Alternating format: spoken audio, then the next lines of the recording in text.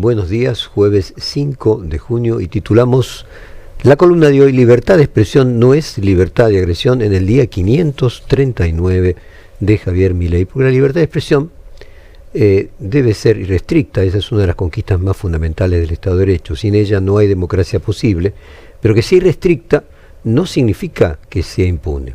Que se pueda decir lo que quiera como un derecho, y no equivale a decir cualquier cosa sin afrontar las consecuencias de lo que se dice.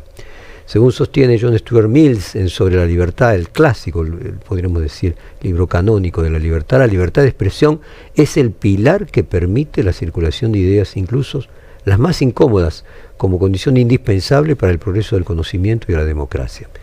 Pero ya desde antes, en el contrato social de Rousseau, se advertía que la expresión de la voluntad general no debía convertirse en licencia para poder atropellar al otro. Pero además vale otra aclaración: la libertad de expresión, que abarca a todos los ciudadanos, no es lo mismo que la libertad de prensa, concepto que abordaremos mañana, que es el día anterior al Día del Periodista, que al ser sábado 7 de junio, se lo vamos a dedicar mañana, viernes 6 de junio. Cuando estábamos elaborando estas columnas, el juez federal Daniel Rafecas, quien ayer desestimó las denuncias de Javier Milei a los periodistas Carlos Pañi y Arely Jalad, nos hizo llegar una distinción conceptual útil para distinguir la diferencia entre la libertad de expresión y la libertad de prensa. Esto dijo el juez federal. Dijo: según entiendo, hay una relación de género a especie. La libertad de prensa es un ámbito específico de la libertad de expresión que apunta a vuestra labor y tiene cierta connotación especialmente sensible, dado el rol que los medios de prensa, independientes del poder, cumplen en el sistema democrático. Vamos ahora a un pequeño informe explicativo audiovisual sobre la libertad de expresión con una infografía. Entonces, esa posibilidad de expresarse permite a los seres humanos tener la capacidad de difundir información y al mismo tiempo permite que otros se informen. Así, el intelectual inglés John Milton, en 1644, quien no creía en una libertad de expresión irrestricta, hablaba de libertad de expresión en tres aspectos: libertad de buscar información e ideas, a impartir esta información e ideas y a discutir libremente. Decía también que la limitación a esas libertades podía hacernos menos capaces y además menos conocedores.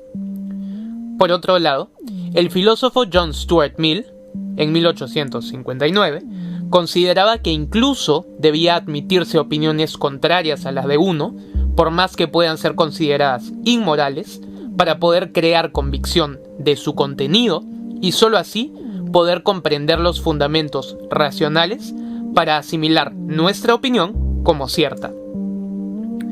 Esto nos lleva al siguiente ejemplo.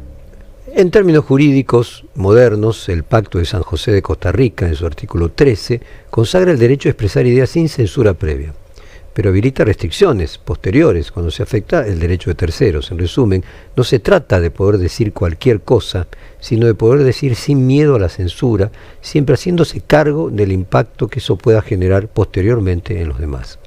Que el Estado deba garantizar el derecho irrestricto a expresarse y a la vez garantizar que las palabras tengan consecuencias no es una paradoja. La libertad de expresión no blinda al emisor de la responsabilidad posterior por el contenido y el impacto de sus dichos. Esa responsabilidad puede ser ética, política, jurídica o económica, según los casos, y se resuelve en distintos estamentos de la justicia, sea penal, sea comercial, sea civil. Confundir libertad con impunidad es uno de los vicios más peligrosos de las democracias contemporáneas, y algo de los que abusan los nuevos líderes de derecha populista, una confusión funcional al discurso del odio o a la estrategia política de provocación. La discusión que nos hace que hoy le estemos dedicando esta columna es porque volvió a escena ayer con un fallo judicial en Brasil contra un comediante. El humorista Leo Lins recibió 8 años de prisión por incitación al odio. El veredicto fue contundente: sus chistes vejatorios sobre personas negras, indígenas, gays o obesos no estaban amparados por la libertad de expresión, sino que constituían delitos. El caso generó revuelo en América Latina y también marcó un límite. El humor, cuando se convierte en violencia simbólica sistemática, puede dejar de ser humor y pasa a ser discurso de odio. Veamos cómo se informaban en Brasil sobre lo ocurrido. Vamos a pedir a nuestro locutor Elian López Caucero que por favor nos traduzca al español los videos que vamos a presentar de lo que dijo la prensa brasileña sobre la condena al humorista. Justiça de São Paulo condenou o humorista Léo Lins mediante Léo Lins a 8 años y 3 meses de prisión por chistes prejuiciosos en un video publicado en redes sociales. Según la decisión, el contenido contenía comentarios que ofendían a personas negras, ancianos, personas obesas, homosexuales y otras minorías. El video alcanzó los 3 millones de visualizaciones. El tribunal concedió la solicitud de prisión preventiva. Léo Lins también deberá pagar una multa de R$1.400.000 y deberá pagar más de R$300.000, además de una indemnización por daños morales. La defensa del comediante afirmó que apelará a la decisión y dice que es preocupante que un comediante pueda ser condenado a sanciones similares a las que se aplican en casos de narcotráfico u homicidio por chistes hechos en el escenario. Para tener una idea, el comediante tiene que pagar una indemnización de alrededor de 400 millones de pesos, alrededor de 300 y algo de $1.000. Ahora vamos a ver algunos fragmentos del polémico show de este humorista Léo Lins, show perturbador, por el cual mereció esta condena que produjo la justicia brasileña. Vayamos a escuchar en propias palabras a Léo Lins. De verdad creo que el tipo de humor que hago es el más inclusivo de todos. Hago chistes sobre todos y todos. ¿Hay un programa más inclusivo que este? Incluso he contratado un intérprete de lenguas de señas solo para ofender a una persona sordomuda. No tiene sentido fingir que no lo oyes.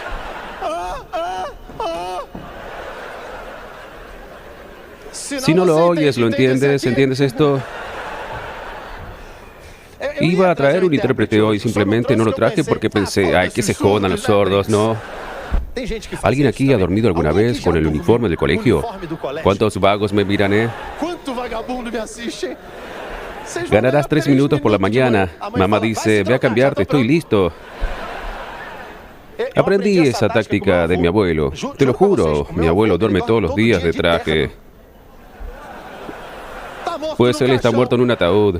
Tengo muchísima envidia en alguien como él allá, que creció, no sé, en el interior de Mato Grosso, ¿sabes? Un ambiente más rural. Creo que definitivamente perdió la virginidad antes que yo. Probablemente con un cerdo, pero lo hizo.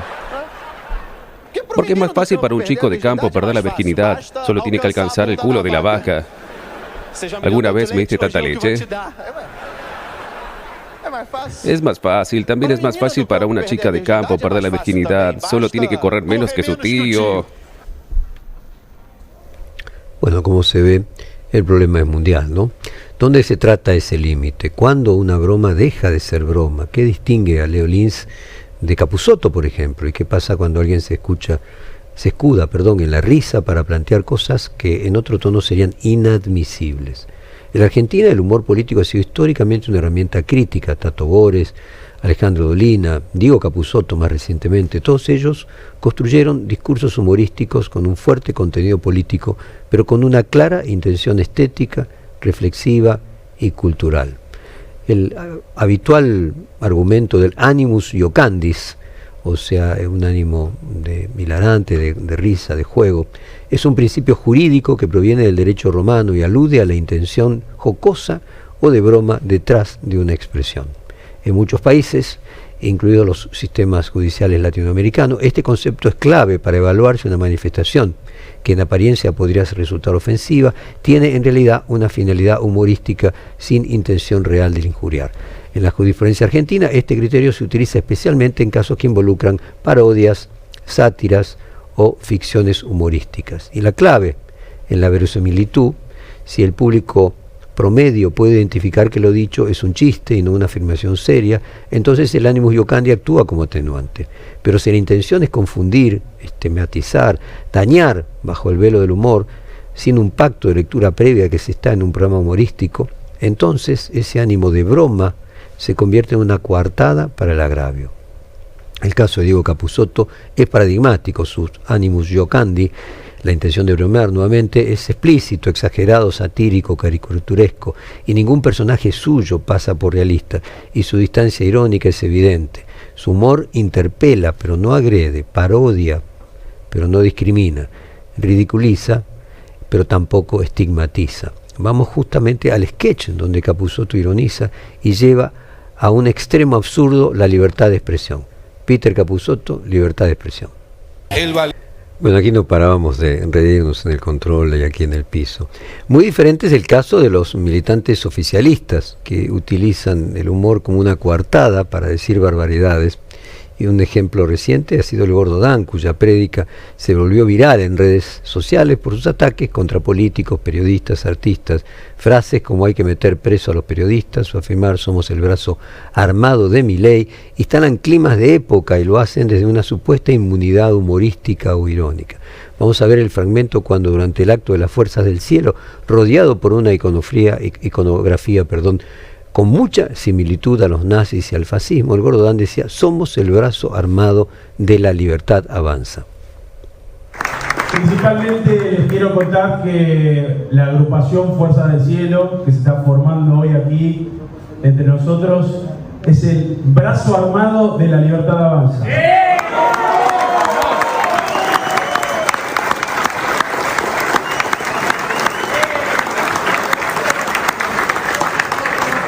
Es la guardia pretoriana del presidente Javier Milei.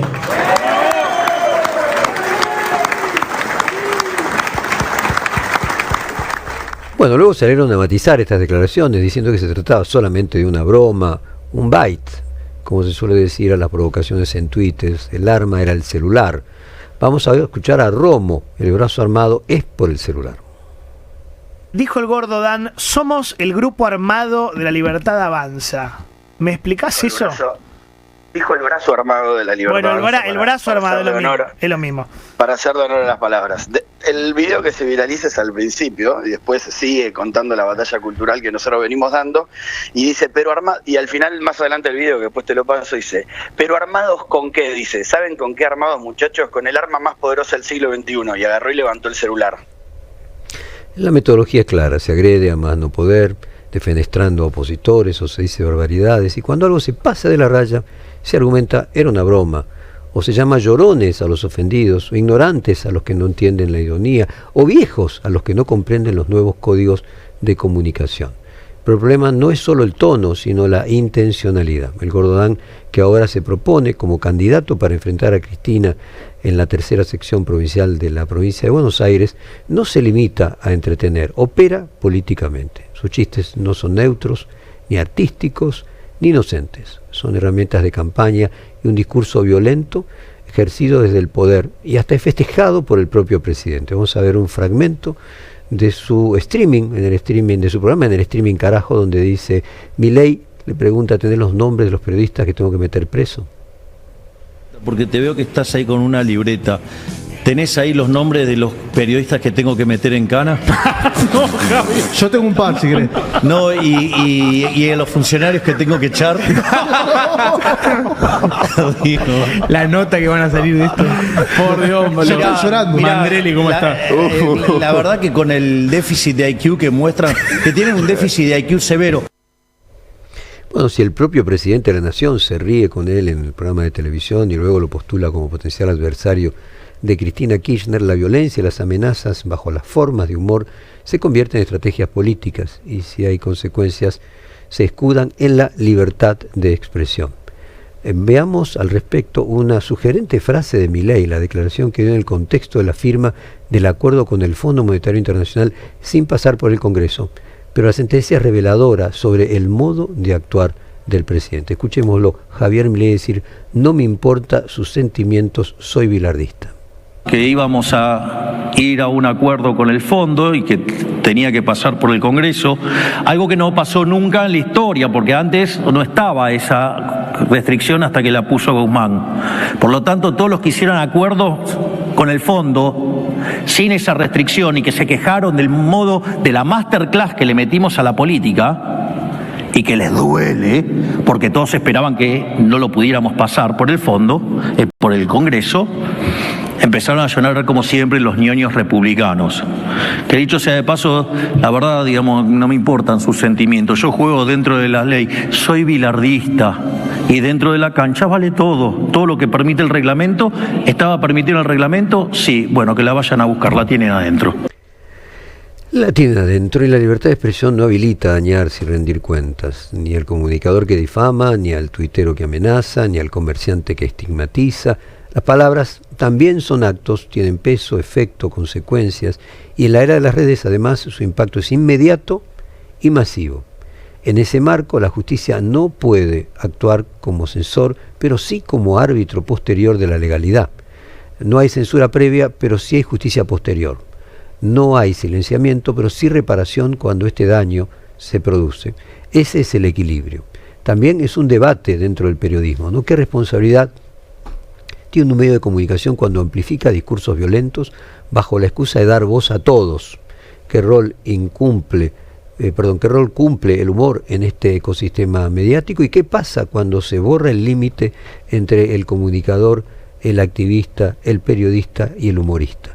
Aunque estos son temas que abordaremos más profundamente en nuestra columna de mañana, porque es el día previo del Día del Periodista y lo vamos a dedicar a la libertad de prensa, hoy a la libertad de expresión, cuando el humor reemplaza al argumento, empobrece el debate, cuando sustituye la política, la degrada, y cuando se convierte en instrumento de odio, ya no es humor, es propaganda. Capusotto construyó una carrera burlándose del poder. El Gordo Dan, en cambio, la usa para sembrar temor desde el partido de gobierno. Esta diferencia no es menor. Es una línea que separa la comedia de la crueldad.